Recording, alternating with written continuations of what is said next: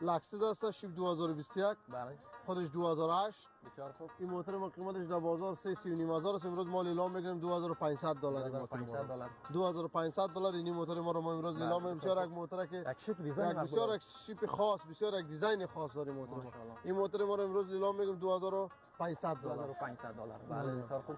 موتور بعدی سر تمام بله. یا اگر آدم موتور مارکس بعدی دیگه داریم گفتیم مردم گشت افغانستان داره بسیار کم بسیار خوب. قیمتی موتور ما در بازار $3000 بله. امروز ما اعلام میکنیم $2200 این موتور ما ماشاءالله وطن داره. $2200 امروز این موتور ما رو اعلام میکنیم کمره ما میتونه که تصویر بگیری موتور ما را آقای صاحبی هم داخلش جوانا و شوقی که اسپورت میکنه اونا سار میشه. بله بله شوقمند مارکس است کلش طبعا بچه جوان است کلش بچه جوان است بله بسیار خوب. موتورای مارکس که است کلش بچه جوان است بله. ولی اعلام بله میکنم بسیار خوب. آقای صاحب موتور بعدی مهربانی این موتور بعدی است نام خدا این یک دوست ما بله این یک دوست ما از خارج خریداری کرده بسیار خوب. پیسه‌ش هم راهی کرده $1000 شاید بیننده